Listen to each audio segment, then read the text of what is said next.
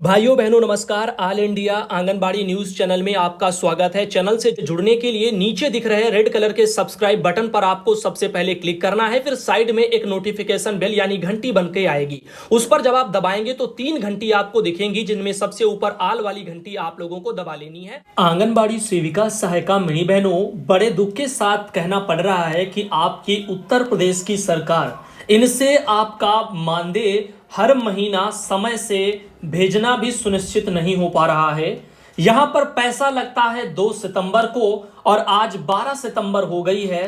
10-10 दिन हो जाते हैं, पैसा क्लियर नहीं कर पाते हैं। इस सरकार में डिजिटल इंडिया के सपने दिखाना आखिर फिर कितना सही रहेगा। ऐसे में आप देख रहे हैं जब मानदेय आने में 10-10 दिन लग जाए, वो भी तब जब बैंक में पैसा वहां पर ट्रेजरी में लग जाता है, जब पैसा अंडर प्रोसेसिंग में होता है, उसके बावजूद भी वो सक्सेस नहीं होता और ये सपने देखते हैं डिजिटल इंडिया के। अब बताओ ये कितनी बड़ी लापरवाहियां हैं जो बड़े स्तर पर बरती जा रही हैं। वो मानदेय कर्मियों के लिए जो रात दिन मेहनत करते हैं अपने इसी चंद पैसों के लिए, जो महज उनको कभी 1500, कभी 1000 रुपया, कभी 700 रुपया, कभी 500 रुपया, इस मद में भी कई मद में उनको मिलने चाहिए होते हैं। वहीं पर 4500 रुपया केंद्र सरकार के, वो तो अभी तक लगे ही नहीं है, जबकि प्रावधान होता है कि हर महीना उन सबका पैसा उनके खातों में 7 दिन के अंदर यानी प्रथम सप्ताह के अंदर लग जाना चाहिए, आ जाना चाहिए। लेकिन यहां पर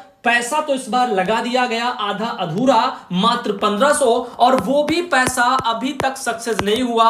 10 दिन हो गए और बहनें पूछती हैं यह कब तक खाते में आएगा, कृपया पता करके बताएं। संध्या बहन आजमगढ़ से, ऐसे न जाने कितनी बहनें अलग अलग जिलों से जो उत्तर प्रदेश के आती हैं, सबने मैसेज किया और सब करती भी रहती हैं।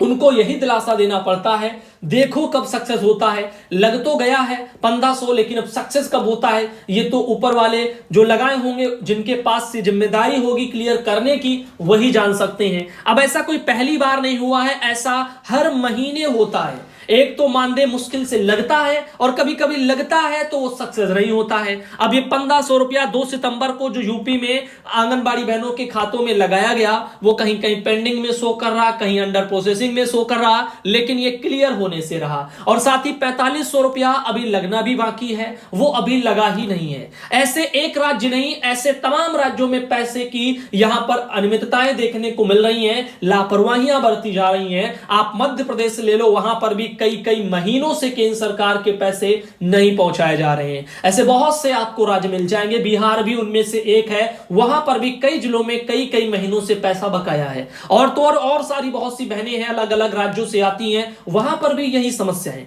तो और देखिए, और सरकारें अपने गुणगान बखान के लिए क्या क्या न जाने क्या क्या कहती रहती हैं। यूपी सरकार का एक ये आर्टिकल जो कि आप देख रहे हैं अमर उजाला ब्यूरो में प्रकाशित हुआ, रोजगार देने में यूपी ने 17 राज्यों को पछाड़ा है। अब बताओ कितना रोजगार यूपी में मिला है, ये यूपी वाले ही जानते हैं। न जाने कितनों ने रोजगार अपना छोड़ा है, न जाने कितनों से रोजगार छीना गया है, वो यूपी वाले ही जानते हैं। अब यहां पर 17 राज्यों को लेकिन यूपी ने पछाड़ दिया रोजगार देने के मामले में। अब समझ रहे हैं ना इन चीजों को। अरे 52,000 भर्तियां आंगनबाड़ी की, जिसके लिए 1 साल से पहले आप लोगों ने आवेदन ले रखे, उनको अभी तक आप जो है पूरा नहीं कर पाए। और तो और उनको छोड़ो, दोबारा से अभी यूपी सरकार ने भी ट्विटर से ट्वीट किया कि 52,000 भर्तियां हम 2 महीने में करवा देंगे। कितने महीने में? 2 महीने में। अब ये 2 महीने भी देखते देखते चले जा रहे हैं, लेकिन अभी भी इन भर्तियों के लिए विज्ञापन नहीं निकले, शासनादेश नहीं निकला,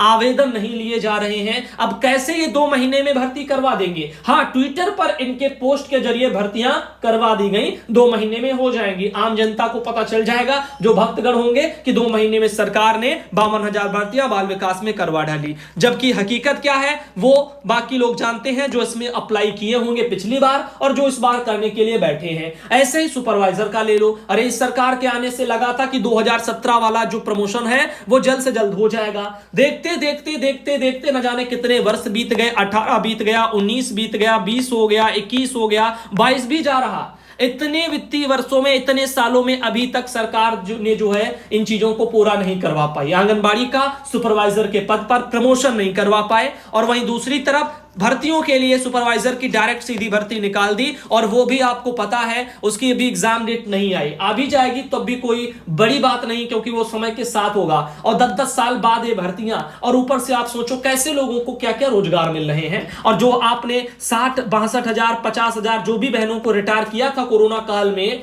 वो बहनों को जो हटा दिया, इतनी तो नौकरियां आपने पहले ही छीन ली, अब 52,000 आप निकालने के लिए कह रहे हो, तो ये कौन सा बहुत बड़ा तीर आपने मार दिया। तो कोई ये नया रोजगार थोड़ी है, एक से छीना है, दूसरे को पकड़ाने के लिए कह रहे हो, और ऊपर से साल साल 2-2 साल तक उनको अभी दे तो रहे नहीं हो, ना ही मिली है, तो वो भी पैसा आप बचा रहे हो, और अपना जो काम है वो बाकी बची बहनों पर जो है उन पर थोप रहे हो, डबल डबल केंद्रों का भार करवा रहे हो, ना कर पाए तो उन पर कार्रवाइयां कर रहे हो, उनको नौकरी से निकाल रहे हो, सेवा समाप्तियां की धमकियां मिलती हैं, मानदेय उनका बाधित किया जाता है, न जाने क्या क्या काम, गैर विभागों के काम भी सौंप देते हो। अब ये आर्टिकल है, अब बताओ, आइए देखते हैं उत्तर प्रदेश का ये आंकड़ा जो 17 राज्यों को पछाड़ दिया है रोजगार देने के मामले में, अमर उजाला ने धड़ल्ले से निकाला। अखबार वालों को बिल्कुल भी वो नहीं आता है कि क्या छापे क्या ना छापे, कहां पर कौन सी खबर किस अनुसार निकालनी चाहिए, उनको इससे मतलब नहीं है। जनता देखे ना देखे उनसे मतलब नहीं है, गवर्नमेंट जो है देखे, उनके हिसाब से चीजें हो, बस वही जरूरी है। अब देखिए यहां पर इनका कहना है कि उत्तर प्रदेश ने रोजगार देने के मामले में 17 राज्यों को पीछे छोड़ दिया। Centre for monitoring Indian economy, जिसको हम CMIE बोलते हैं, उसकी ताजा रिपोर्ट में यह बताया गया है। इस रिपोर्ट के अनुसार यूपी में 3.9% बेरोजगारी दर है, तो राजस्थान में 31.4% है, यानी राष्ट्रीय औसत 7.7% से प्रदेश में आधे से भी कम बेरोजगारी है। बताओ, ये आंकड़े निकाल रहे हैं कि फलाने राज्य में इतने परसेंट, यहां पर ये आंकड़े, अपने यहां इतने और वहां से इतना कम है, मतलब इतना हो गया और इतना वहां से कम हो गया, बेरोजगारी खत्म हो गई। बताओ, बेरोजगारी धरातल पर खत्म करो, आंकड़ों में नहीं, ये आंकड़ों में खत्म करते हैं, धरातल पर नहीं। अब यही फर्क है। अब देखो इनका कहना है कि CMIE ने 1 मई से 31 अगस्त तक किए गए सर्वे के आंकड़े के आधार पर रिपोर्ट जारी की। संस्था की ओर से देश के 28 राज्यों और केंद्र शासित प्रदेश, इनमें सर्वे किया गया। यूपी में वर्ष 2016-17 में बेरोजगारी दर 17.5 थी। इस पर सीएम योगी ने अधिक से अधिक युवाओं को रोजगार और स्वरोजगार से जोड़ने के लिए मिशन रोजगार की शुरुआत की। अब तक 5.25 लाख युवाओं को सरकारी नौकरी, 3 लाख युवाओं को सरकारी विभागों में संविदा पर सेवा और MSME, इनमें 2 करोड़ लोगों को रोजगार दिलाया गया। बताओ, इतनी बड़ी मात्रा में जो अभी जो है ये करोड़ों की तादादों में एक निकाल रहे आर्टिकल में कि रोजगार दिलाया गया है। भाई कहां दिख रहा है, किस किस को मिला है? इसके अलावा मनरेगा और स्वयं सहायता समूह के माध्यम से करीब 2.5 करोड़ और जो है ODOP में 25 लाख लोगों को रोजगार मिला। बताओ, ये मतलब क्या करते हैं वो जो स्वयं सहायता समूह, जिसमें 10 महिलाएं काम करती हैं और वो खोल लो, अपनी जेब से पैसा भरती हैं हर महीने। अब उन महिलाओं के एक एक गांव में 10-10 20-20 समूह बनवा दिए, हजारों की संख्या में एक ही गांव से महिलाओं को बटोर लिया। अब इसको ये क्या कह रहे, रोजगार दे दिया। मतलब देख लो, हद कर रहे हैं। गांव में समूह होंगे 10, महिलाएं होंगे 100, 10-10 एक समूह में हुई तब भी। अब 100 महिलाओं में राशन वाला मान एक को काम दे दिया गया, तो वो तो केवल एक समूह के पास हो गया, बाकी के 99 लोग तो बेरोजगार बैठे हैं, उनको आपने क्या रोजगार दिया?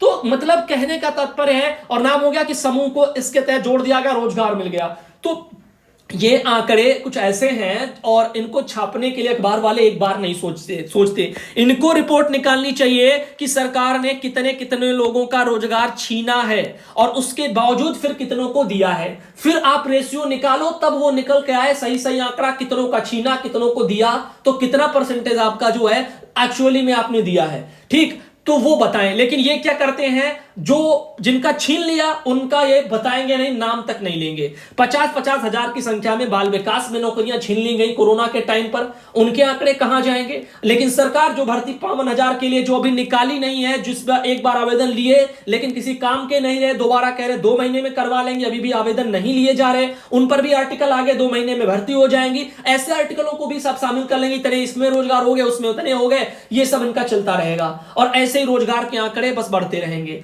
अब ये कड़वी सच्चाई है, भक्तगणों को बुरा लग सकता है, भाई लगे क्या करें, सच्चाई तो यही है। अब सरकार की नीतियों पर मुहर, राष्ट्रीय औसत के आधे से कम बेरोजगारी। बताओ, ये आंकड़े देख लेते हैं कि फलाने स्टेट में ये सिचुएशन है, हमारे यहां पर इतने परसेंट है, अब उनके अकॉर्डिंग हमारे यहां पर इतना इतना कम हो गया, बस हो गया। बाकी क्या दिया क्या लिया उससे उनको मतलब नहीं। अब प्रदेश में 15 करोड़ आधार वैलिडेटेड राशन कार्ड धारक हैं। इनमें से तुरंत परिवार ID कार्ड जारी की जा सकती है, जिसके तहत हर परिवार को एक ID दी जाएगी। फिलहाल यह योजना स्वैच्छिक है और सरकारी योजना का लाभ लेने के इच्छुक लोगों को आवेदन की आवश्यकता होगी। परिवार कल्याण योजना हर परिवार के लिए रोजगार का आधार बनेगा और पोर्टल पर फीड डाटा के अनुसार लोगों की जरूरतों को ध्यान में रख करके सरकार को नई योजना बनाने में मदद भी मिलेगी। ये कह रहे राशन कार्ड धारकों को लेकर के परिवार आईडी के संबंध में भी एक आर्टिकल छाप दिया। जो है वो तो सब अच्छी चीजें हैं, जिसकी मर्जी हो करवाए। अब देखो ये एक मैटर रहा जो कि यूपी गवर्नमेंट का रहा। हमारी समझ में ये नहीं आता कि भाई ये मीडिया लेवल जा कहां पे रहा है, देश को ये किस कदर जो है दलदल में धकेल रहे हैं कि मतलब अपना फर्ज नहीं निभा पा रहे हैं। क्या उनको सही खबरें छापनी चाहिए और वो छाप क्या रहे हैं, सिवाय जो है गवर्नमेंट के गुणगान बखान के उनके मुंह से कुछ नहीं निकलता, उनकी कलम दूसरी तरफ चलती ही नहीं है। अरे मैं ये नहीं कहता आप उनकी जो है खूबियों को ना दिखाओ, अरे आप उनकी योजनाओं को दिखाओ, उनकी खूबियों को दिखाओ, जो कर रहे हैं अच्छा काम आप उनको भी दिखाओ, लेकिन जो वहां पर कमियां भी हैं उनको भी तो दिखाओ, वो भी तो आपका फर्ज है। जिन लोगों का रोजगार छीना गया वो तो बेरोजगार हो गए, उनके लिए गवर्नमेंट ने उनके बुढ़ापे के लिए या नौकरी के बाद उनके लिए क्या प्रावधान रखा है, क्या उनको मिलेगा? वो तो बेघर हो गए, बेदखल हो गए, जो है वो बेकार हो गए। अब उनका क्या होगा? उससे बेरोजगारी नहीं बढ़ रही है, उससे उनके परिवार पर क्या असर पड़ेगा वो नहीं दिखाई देगा। जो नए पदों को सृजन के लिए जो हटा करके जो उन्हीं पर भर रहे हैं उनको वो बढ़ा चढ़ा करके बस दिखा रहे हैं। ये है आज की सच्चाई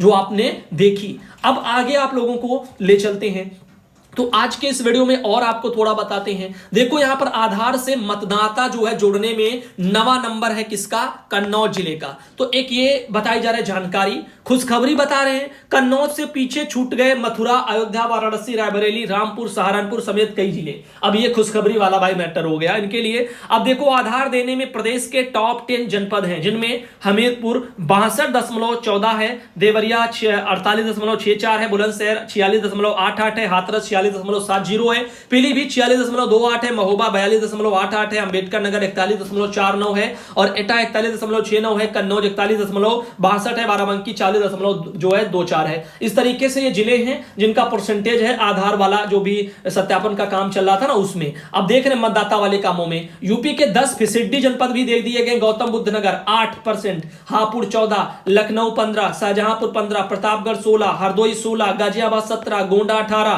फिरोजाबाद 19, सिद्धार्थनगर 19। ये हैं आपके 10% वाले जिले जहां पर बिल्कुल भी आधार वाला सत्यापन का काम जो है मतदाता वाले कामों में नहीं हो पाया, निर्वाचन आयोग वाले, तो ऐसे जिले दे दिए गए। तो ये एक मैटर आया जो कि लगा आपको दिखा दे कैसी क्या सिचुएशन है आपके वहां की। तो देखो कमियां दिखाओ लेकिन साथ ही साथ जो उनकी खूबियां भी दिखाओ। ये नहीं मैं कह रहा हूं कि मत दिखाओ, लेकिन कम से कम सच दिखाओ। ऐसे नहीं कि जो है केवल और केवल बस गवर्नमेंट की बढ़ाई, उसके अलावा कुछ नहीं। कर्मचारी परेशान है, हर कोई परेशान है, किसको क्या मिल रहा है, समय से उसका मेहनत का पैसा जा रहा है खातों में कि नहीं, इन चीजों पर वो कतई डिस्कस नहीं करते और बिल्कुल भी नहीं छापते हैं। जरूरी खबरें सच्चाई को कोने में छाप देते हैं और बाकी चीजें बस वाहवाही वाली फ्रंट पेज पर रहती हैं, दुनियादारी का फ्रंट पेज पर रहेगा। फलानी हीरोइन ने क्या किया, फलाने वहां पर वो ऐसे दिख गई, वैसे दिख गई, वो पहने थी, ये ड्रेस थी, वो ड्रेस थी, वो दिखाएंगे। फलाने हीरो का बच्चा हो गया, उनका ये हो गया, बस ये दिखाएंगे। जो वाहियात की खबरें हैं जिनका कोई जो है यहां पर योगदान समाज के लिए बिल्कुल भी नहीं है, तनिक भी नहीं, रत्ती भर भी। अब ऐसी खबरों को वो जो है प्रमुखता से अखबारों में छापते हैं और दिन पर दिन इसीलिए अखबारों का जो लेवल है वो घटिया से घटिया होता जा रहा है और गिरता जा रहा है और इसीलिए आजकल कोई इनको खरीदना पसंद नहीं करता। वो बात अलग है जिनके घर में बहुत पैसा है या थोड़ा उनका लेवल उच्च कोटि का है, वो पढ़ते नहीं है फिर भी वो लेकिन अखबार 3-4 क्वालिटी के मंगा लेते हैं। घर में 2-4 लोग और आएंगे, इधर उधर से बैठेंगे, मान लीजिए प्रधान हो गए, विधायक हो गए, ऐसे लोग हो गए बड़े बड़े, या कोई जो अधिकारी बड़े लेवल का हो गया, कोई आया वहां पर अपना सुबह के टाइम 10 देखा, खोला, पलट दिया, चले गए। ऐसे लोग बस करते हैं, बाकी कुछ नहीं। पढ़ते वो भी ढंग से नहीं है, टाइम उनके पास भी नहीं है और हर कोई जानता है कि कमियां कहां पर है। हर कोई अपने अपने उद्देश्य के लिए जुड़ा है। नेता लोग, उनको तो अपने आर्टिकलों से मतलब है, विज्ञापन देंगे तो उनको देखेंगे, मजा आएगा, तो ऐसे सब चलता रहता है। बाकी आम जनता के काम का और देश के भविष्य के लिए जो है एक भी आर्टिकल ढंग का देखने को नहीं मिलता। मिलते भी हैं तो कोने में मिलते हैं और जो बेकार की वाहियात की चीजें वो फ्रंट पेज पर छापी जाती हैं, प्रमुखता से उन्हीं को दिखाया जाता है और आगे बढ़ाया जाता है। ऐसे चल रहा है आज का ट्रेंड जो कि जागरूकता ला रही है ये मीडिया अपनी कलम की ताकत से। फिलहाल के लिए आज का वीडियो यहीं तक। अब सोशल मीडिया आपके लिए एक बढ़िया सा जरिया